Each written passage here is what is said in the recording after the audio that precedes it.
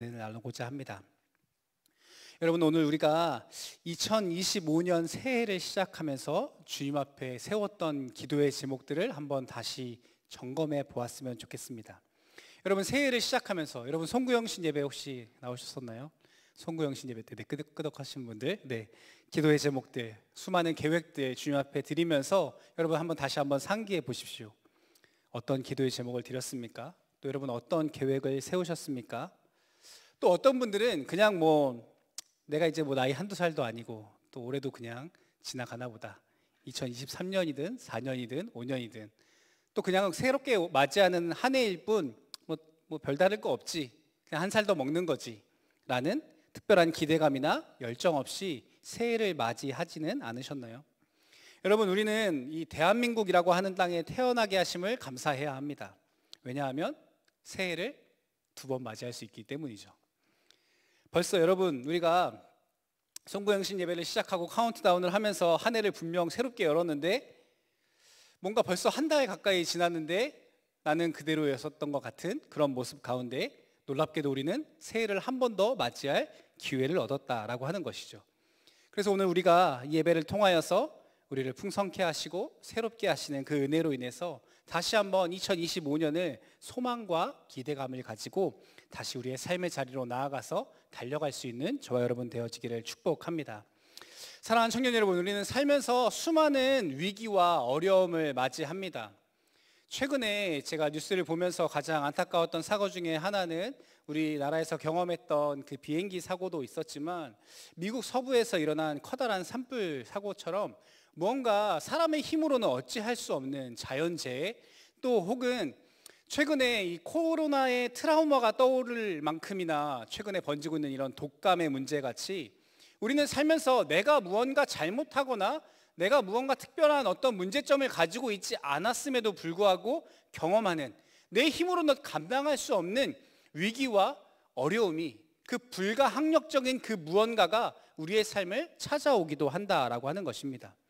그래서 수많은 위기와 어려움을 경험하며 살아가는 우리가 이 오늘이라고 하는 우리에게 주어진 2025년 새해라고 하는 이 한 해를, 이 특별하고 귀한 시간을 어떻게 살아가야 하는지, 우리는 기대와 소망을 가지고 살아가는데 그것을 좌절시키고 꺾을 만한 우리에게 찾아오는 그 위기와 어려움을 우리가 경험할 때 어떻게 대처해야 하는지 오늘 말씀을 통해서 함께 나누어 보고자 합니다.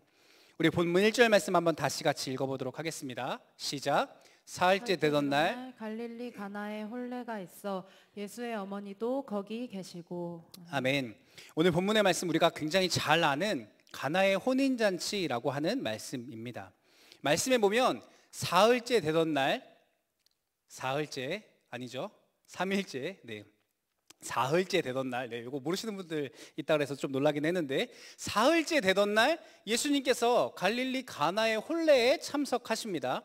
그런데 여러분, 말씀에 우리가 이스라엘 당시의 문화의 풍습을 조금 더 잘 알고 있다면 이 말씀이 어떠한 말씀인지 조금 더 깊이 이해할 수 있으리라 생각하는데요. 여러분, 혹시 결혼식 최근에 가본 적 있으신가요? 결혼식 시작하면 1시간 안에, 정말 길어야 1시간 반, 2시간 안에 모든 결혼 예식이 끝나지죠. 보통 식사까지 포함해도 3-4시간이면 모든 결혼 예식이 끝납니다. 그런데 예수님 당시의 결혼식은 얼마나 걸렸을까요? 일주일의 시간이 필요했습니다. 결혼식을 일주일 동안 하는 거예요. 그런데 결혼식을 하고 결혼식을 시작해서 일주일의 시간 중에 굉장히 결혼식이 무르익어 가고 있을 사흘째 되던 날 하필 무슨 일이 일어난 겁니까? 포도주가 떨어진 겁니다. 이날 예수님께서 하필 그날에 이 결혼식에 찾아오신 것이죠. 여러분, 그렇다면 예수님께서 왜 첫날부터 오시지 않고 이 사흘째 되는 날 오셨을까? 또 굳이 예수님 오셨을 때 하필이면 포도주가 떨어졌을까라고 하는 궁금증이 생기는 것이죠. 여러분, 저는 그것이 너무나 간단한 일이라고 생각합니다. 하지만 너무나 간단하지만 중요한 말씀입니다. 왜냐하면 여러분, 예수님은 이 결혼식에 손님으로 간 것이 아니기 때문입니다. 여러분, 예수님은 어떠한 분이십니까? 예수님은 하나님이세요. 예수님은 우리의 문제를 다 아시는 분입니다. 이 결혼식에 예수님께서 그 시간에 참석하실 때 어떠한 일이 일어나는지 주님은 알고 계셨습니다. 그래서 주님은 그날 찾아오신 것이죠. 사랑하는 청년 여러분, 기억하시기를 축복합니다. 예수님은 우리 인생의 손님이 아닙니다. 예수님은 언제나 우리의 인생의 구원자 되시고 우리의 삶의 문제를 해결하실 수 있는 분이십니다. 아니, 그분만이 유일한 우리의 삶의 해결자가 되십니다. 여러분 믿으십니까? 여러분 아멘이십니까? 주님은 손님이 아니라 우리의 삶의 문제를 해결하러 우리를 찾아오시는 분이다라고 하는 것입니다. 여러분 요한계시록 3장의 말씀에 보면 3장 20절 말씀에 이렇게 말씀합니다. 볼지어다 내가 문 밖에 서서 두드리노니 누구든지 내 음성을 듣고 문을 열면 내가 그에게로 들어가 그와 더불어 먹고 그는 나와 더불어 먹으리라. 아멘. 여러분 예수님께서 각 사람의 심령에 찾아가신다라고 하는 거예요. 예수님께서 나에게 찾아오셔서 나의 마음의 문을 두드리십니다. 그런데 우리는 어떻게 반응해요? 문을 잘 안 연다라고 하는 것이죠. 왜요? 예수님께서 밖에서 문을 두드리시고 있는데 예수님을 우리가 어떻게 여겨요? 손님처럼 여기기 때문입니다. 손님이 오면 좋은 것도 있지만 사실 조금 불편하고 부담스러운 것도 있죠. 여러분 제가 지금 여러분의 집에 찾아간다고 생각해 보세요. 네, 머릿속에 그려지죠. 지금 집에 있던 그 모습들, 그렇죠? 오늘 예배 오려고 그냥 드라이기 놨던 것들, 그렇죠? 허물처럼 벗어났던 옷들, 그렇죠? 뭔가 손님이 오면 이것을 정리하고 치우고 준비해야 한다라는 내 마음 가운데 계획이 세워지는 거죠. 청소도 좀 하고 음식도 좀 준비하고 뭔가 손님이 오는 것도 즐거운 일이겠지만 그것을 준비하고 그것을 맞이하는 일이 부담스럽다라고 하는 것이죠. 심지어 하물며 제가 아니라 예수님이 우리 집에 찾아온다고 여러분 생각해 보세요. 예수님이 손님이라고 생각하면 너무나 부담스럽고 불편한 것이죠. 그런데 여러분 예수님은 우리의 인생에 단 한 번도 손님으로 찾아오신 적이 없으십니다.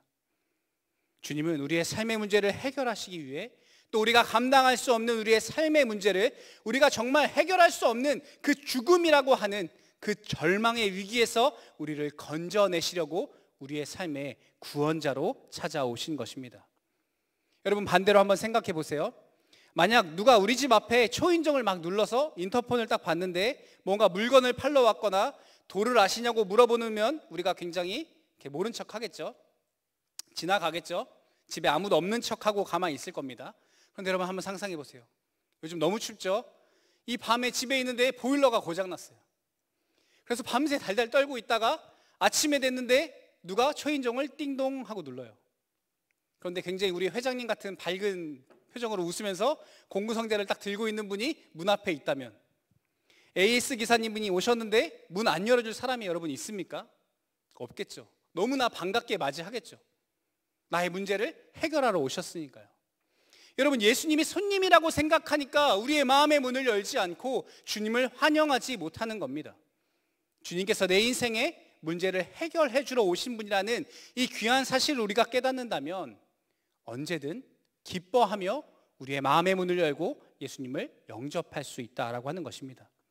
여러분 그렇다면 다시 말씀으로 돌아와서 왜 하필 예수님께서 이 사흘째에 주님이 찾아오셨을까요? 일주일 동안 결혼식을 하면 사람들이 일주일 내내 그 집에서 사람들과 먹고 마시며 기뻐하고 축하하는 것이 당시의 문화였습니다. 그런데 모든 사람들이 모든 일상을 내려놓고 일주일 내내 즐기고 놀고 파티할 수 있습니까? 없겠죠. 일부의 사람들, 특히나 돈이 많은 부유한 사람들은 그것들이 가능했겠지만 그들의 가족들은 그것이 당연한 일이었겠지만 많은 사람들이 초청을 받고 와서 즐거워하지만 또 다시 아침이 되면 삶의 자리로 돌아가서 자신의 일을 하고 또 저녁이 되면 함께 모여 즐거워하고 축하했다라고 하는 것이죠. 심지어 정말 가난하고 힘들고 어려운 사람들 중에서는 진짜 바빠서 못 오더라도 딱 하루는 그 초청을 받은 사람은 꼭 참석해야 했는데 내가 꼭 하루만 참석한다면 바로 그날이 바로 셋째 날이라고 하는 것이죠.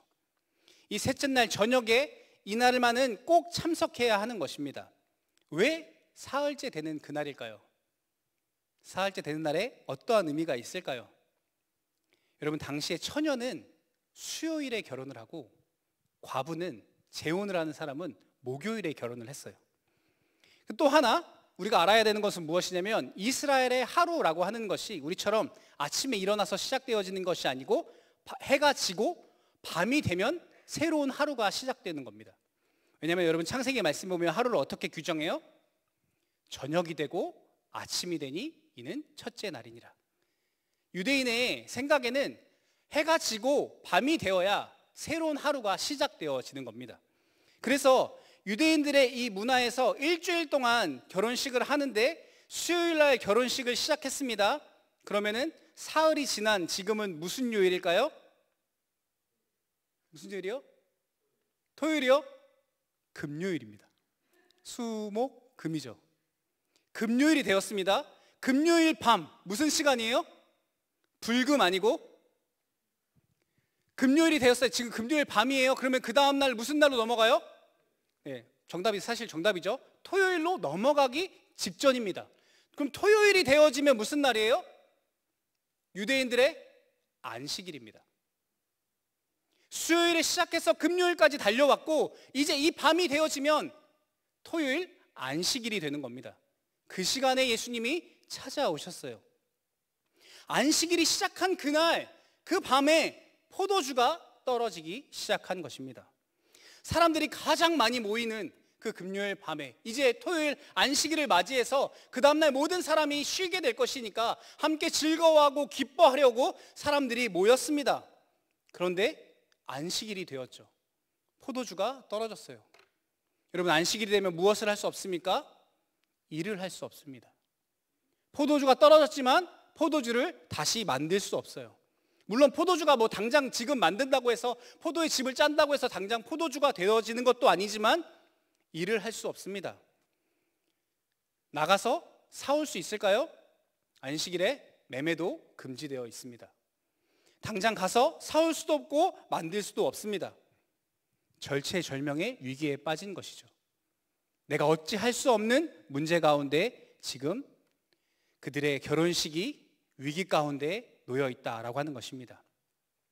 수요일에 결혼식을 시작하며 꽃가루를 날리고 축하하며 굉장히 기쁜 마음으로 축제를 시작했는데 금요일 밤 토요일을 맞이하며 안식일이 찾아왔는데 마치 결혼식장 분위기가 장례식장 분위기가 되어지는 것이죠.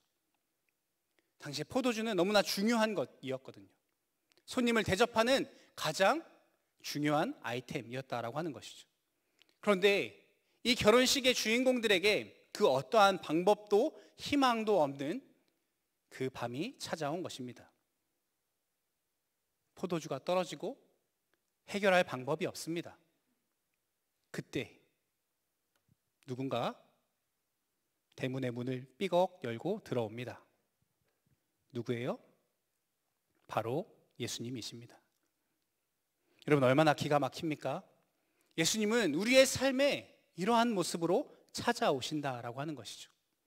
우리의 삶의 위기가 정말 최고조에 다다랐을 때, 내가 더 이상 할 수 있는 것이 아무것도 없을 때, 내 방법이 모두 실패했을 때, 사람의 힘으로 능력으로 감당할 수 없는 그 문제 가운데 내가 놓여 있을 때 기다렸다는 듯이 예수님이 우리의 삶에 찾아오신다라고 하는 것입니다.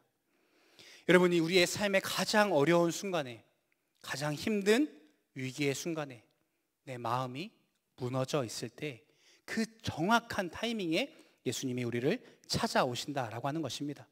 사랑하는 청년 여러분, 우리의 인생의 문제를 해결하시는 분, 우리의 인생의 유일한 구원자 되시는 예수님이 우리의 삶에 어떠한 문제, 어떠한 일이 일어날지 이미 알고 계시고 그분이 우리를 찾아오셔서 그 문제를 해결해 주신다라고 하는 것입니다.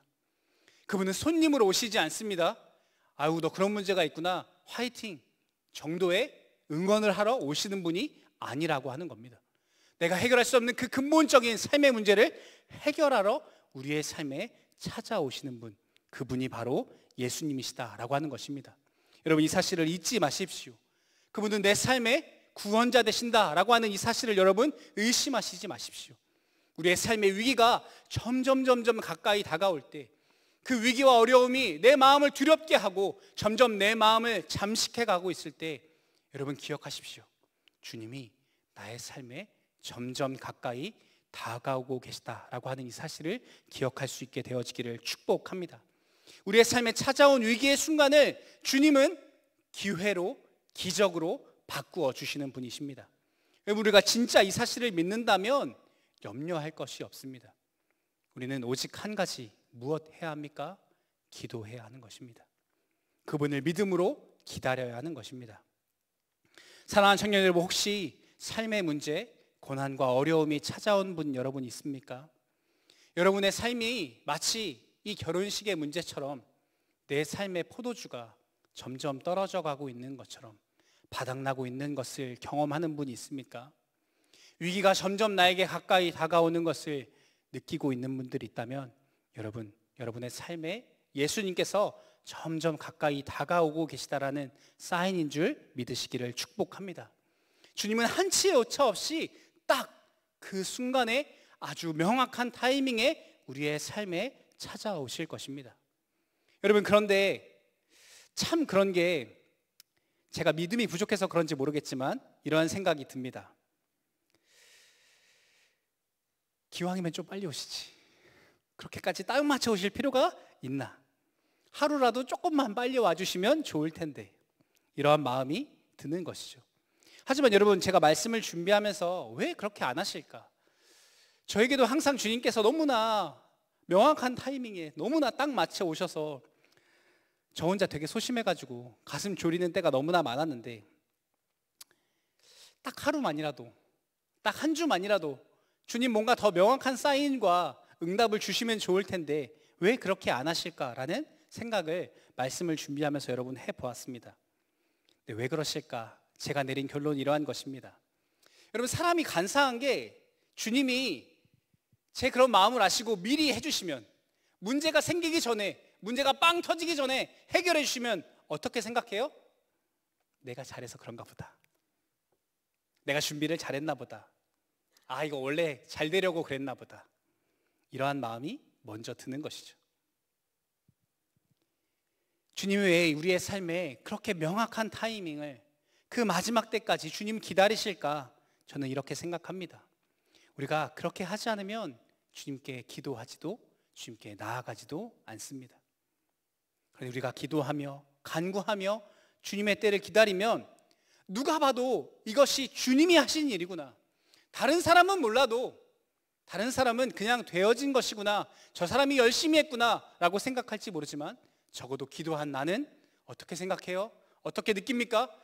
주님이 하셨구나. 나는 정말 불가능했는데 주님이 내 삶에 찾아와 역사하셨구나. 그것을 내가 경험하고 발견하게 되는 것이죠. 여러분, 제자들이 풍랑을 만나서 배에서 열심히 물을 퍼내다가 이제 배가 가라앉을 때쯤, 그때에 주님께서 물 위를 걸어 그들을 찾아오십니다. 그리고 주님께서 말씀하셔서 파도를 잠잠케 하십니다. 여러분, 우리가 기억해야 할 중요한 한 가지가 있는데, 주님께서 찾아오시는 그 타이밍이 단 한 번도 빗나간 적이 없다라고 하는 것입니다.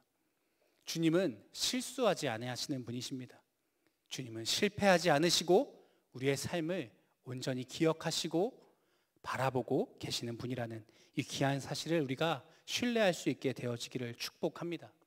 여러분, 그래서 예수님께서 오시자마자 어머니인 마리아가 기다렸다는 듯이 포도주가 없다, 포도주가 떨어졌다라고 하는 이 사실을 예수님께 알립니다. 왜요?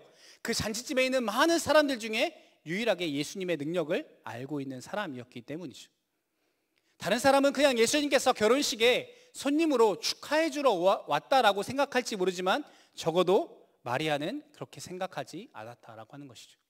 예수님만이 유일한 해결사이시기 때문에, 주님이 이 문제를 해결하실 수 있는 분임을 믿기 때문에 마리아는 그렇게 반응하고 말하고 있는 것입니다. 그런데 여러분, 말씀해 보면 예수님께서 해결해 주실 의지가 없는 것 같아 보여요. 관심이 없는 것처럼 말씀하십니다. 우리 4절 말씀인데요, 한번 같이 읽어보겠습니다. 시작. 예수께서 이르시되 여자여, 나와 무슨 상관이 있나이까? 내 때가 아직 이르지 아니하였나이다. 아멘. 네. 여러분, 여기서 여자여는 극존칭입니다. 마담 이런 말이에요. 여자분을 높여서 부르는 말인데, 어머니, 제가 아직 그럴 때가 아닙니다. 아직 하나님의 때가 이르지 않았습니다. 아직 더 기다려야 한다라는 이야기를 하고 있는 겁니다. 그런데 단순히 보기에는 예수님께서 별로 도와주고 싶은 생각이 없는 것처럼 보이는 것이죠. 우리가 이럴 때를 경험할 때가 있습니다. 근데 여러분, 오해인 것이죠. 왜냐하면 여러분, 예수님께서 단순히 때가 이르지 않았기 때문에 뭔가 아직 내 마음에 들지 않기 때문이 아니라 예수님께서 기다리시는 한 가지 이유가 있습니다. 그것은 무엇이냐면 이 복음서의 말씀을 살펴보면 예수님께서 이 표적을 행하실 때 공통점이 한 가지 등장하는데 그것은 무엇이냐? 예수님께서 이 기적의 대상자가 되는 사람들의 무엇을 테스트하고 확인해 보시고 그들에게 이것이 있을 때 기적을 행하시더라고 하는 겁니다. 그것은 무엇이냐면 그 사람들의 믿음입니다. 그 사람들에게 믿음이 있음을 보시고 그들에게 그 구원받을 만한 믿음이 있나 테스트해 보시고 그들에게 기적을 행하시더라고 하는 것입니다. 여러분, 이것이 예수님의 방식인데요. 한 가지 예를 들면 이러한 것입니다. 수로보니게 여인이라고 하는 한 여인이 예수님께 나와서 자신의 딸이 죽게 되어서 예수님께 간청합니다. 주님, 제발 제 딸을 살려주십시오 라고 말할 때 예수님 어떻게 반응합니까? 우리 딸이 아프구나, 빨리 가자 라고 하시지 않으세요? 뭐라고 말씀하시냐? 나는 자녀의 떡을 개들에게 주지 않는다. 굉장히 냉소한 반응을 보이십니다. 근데 여러분, 우리가 이미 말씀을 통해서 알고 있지만 예수님께서 고쳐주기 싫어서 아니면 안 고쳐주려고 하는 것이 아니라 이 여인의 무엇을 보시기 위해서예요? 믿음을 보시기 위함이었습니다. 그 여인을 테스트해 보고 계신 것이죠. 그런데 여러분, 이 수르보니게 여인이 예수님께 어떻게 반응합니까? 주님, 맞습니다. 그런데 개들도 주인의 상에 떨어지는 부스러기를 먹지 않습니까? 저에게 그 부스러기라도 주십시오 라고 말하자 예수님께서 그 여인의 믿음을 보시고 칭찬하시고 어떻게 하세요? 그 여인의 집으로 가십니까? 아니요, 그 여인의 딸을 즉시 낫게 하십니다. 여러분, 주님은 우리에게 믿음이 있는지 확인하고 싶으신 것입니다. 우리는 단순히 문제 해결을 주님께 구하죠. 그것은 주님께 아무것도 아닙니다. 주님께서 우리에게 확인하고 싶으신 것은 우리의 믿음입니다. 여러분, 우리에게 문제가 있다면 기적이 필요한 것이 아니라 하나님께서 그 행하실 그 기적을 우리의 삶 가운데 베풀어 주실 믿음이 필요한 것입니다. 여러분, 가나 혼인잔치에 있었던 마리아와 같이 우리의 삶에, 우리의 가정에, 우리의 직장에, 우리의 수많은 문제에 예수 그리스도께서 우리의 삶에 기적을 일으킬 만한 우리의 마음 가운데 믿음이 있는지 우리는 돌아보아야 합니다. 우리가 그러한 믿음이 있을 때 우리의 삶에 미라클 메이커로 살아갈 수 있게 되어지리라 생각합니다. 그러므로 사랑하는 청년 여러분, 우리가 다시 한번 이 구정이라고 하는 것을 통하여 새로운 한 해를 다시 시작할 기회를 얻었습니다. 여러분, 우리가 새해를 시작하며 다시 한번 믿음으로 결단합시다. 여러분, 우리가 한 해 동안 이제 원띵이라고 하는 주제로 달려갈 것인데 우리에게 정말 필요한 한 가지가 무엇일까? 그것은 다른 것이 아니라 이 믿음이라고 하는 것입니다.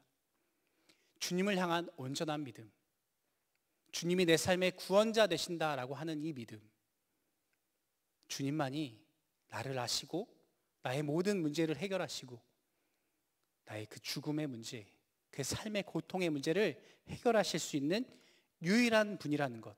그래서 내가 주님께 다른 것에 구하는 것이 아니라, 다른 사람을 찾아가는 것이 아니라, 다른 방법을 구하는 것이 아니라, 다른 것을 얻기 위해 살아가는 것이 아니라 주님을 구하며 주님께 기도한다라고 하는 이 믿음이 저 여러분에게 있어지기를 축복합니다.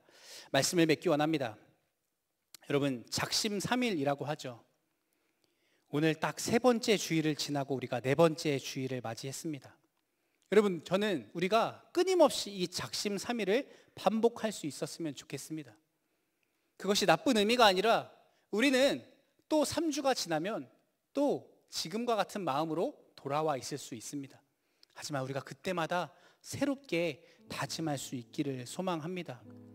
2025년 여러분, 우리의 믿음이, 소망이, 감사와 열정과 기대가 마치 이 가나의 혼인잔치의 포도주처럼 내가 바라지 않았던 때에 바닥나고 소멸되어지는 것을 우리가 경험할지 모릅니다.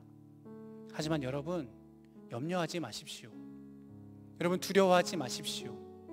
여러분, 낙심하지 마십시오. 분명 그때에 우리의 삶에 주님이 찾아오실 것입니다. 그래서 내가 생각하지 못했던, 내가 기대하지 못했던 그 방법으로, 여러분, 그 누가 상상했겠습니까? 물이 포도주로 바뀌게 될 것이라고 말입니까? 내 모습을 바라볼 때, 내 삶을 바라볼 때 지금 내 형편으로는 안 될 것 같지만, 나는 그냥 포기하고 싶지만, 망한 것 같고 실패한 것 같지만, 주님이 내 삶의 마음의 문을 열고 들어오신다면, 우리가 그분의 손님이 아니라 내 삶의 구원자이심을 인정하고 그분을 받아들인다면, 물이 변하여 포도주 된 것 같이, 또 위기를 맞이했던 그 가나의 혼인잔치가 역사상에서 가장 유명한 결혼식이 된 것처럼 우리의 삶에 기대할 수 없었던, 상상할 수 없었던 놀라운 기적의 역사가 일어나게 될 줄 믿습니다.